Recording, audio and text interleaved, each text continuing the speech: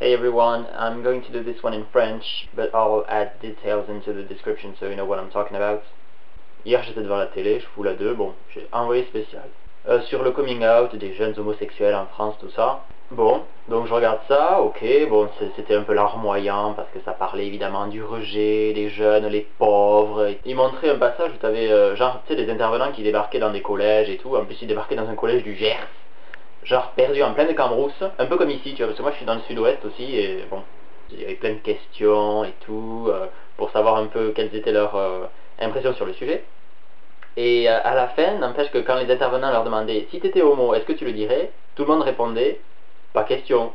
Évidemment, le reportage était pas mal, mais on ne peut pas passer à côté du fait qu'il y a des jeunes qui sont exclus. Ça fait un peu cliché, mais le problème c'est que ça arrive encore, donc il faut bien en parler.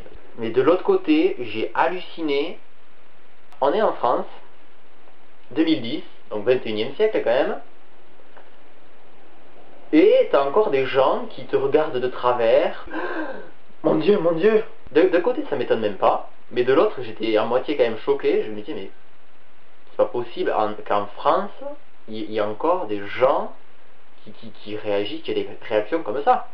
On est encore, mais à 10 000 lieues d'avoir des jeunes, si tu veux, qui n'ont pas peur de faire leur coming out. Parce que moi, quand j'ai fait le mien, il n'y avait pas de crainte. Est-ce que ma mère va me mettre dehors? Oh mon Dieu, non, non.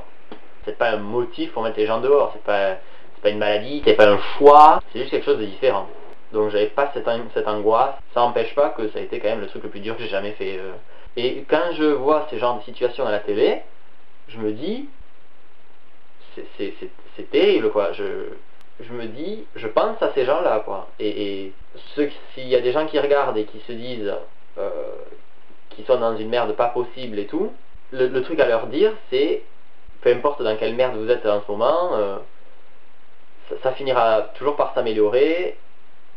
Entourez-vous des bonnes personnes, trouvez du support, de l'aide, ne restez pas entouré de gens qui vous détestent pour des mauvaises raisons. Et à la fin du reportage, j'étais là. Waouh, il y a encore du boulot.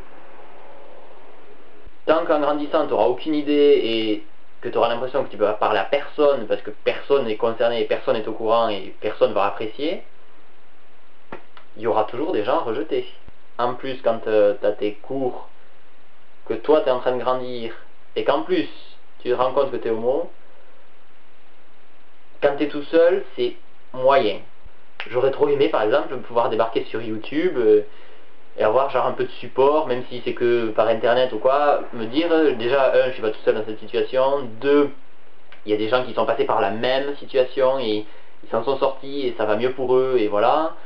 3, au moins tu sais te faire un peu ton avis sur la question, tu restes pas toi-même avec tes misconceptions, tu sais, comment on dit, avec tes conceptions erronées sur le sujet.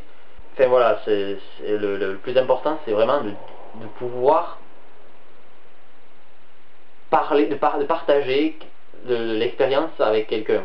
Et quand je vois le boulot qui reste à faire, t'as pas besoin de craindre pour ta vie quand tu sors dans la rue et que tu tiens la main à un autre mec, ou quand t'es une fille et que tu tiens la main à une autre fille, mais tu peux quand même t'attendre à avoir un paquet de réactions. Rien que ça veut dire qu'il y a encore beaucoup d'efforts à faire et qu'on n'est pas encore sorti. Hein. En tout cas, bon courage à ceux qui traversent, cherchez de l'aide, demandez de l'aide, et bon courage à tous.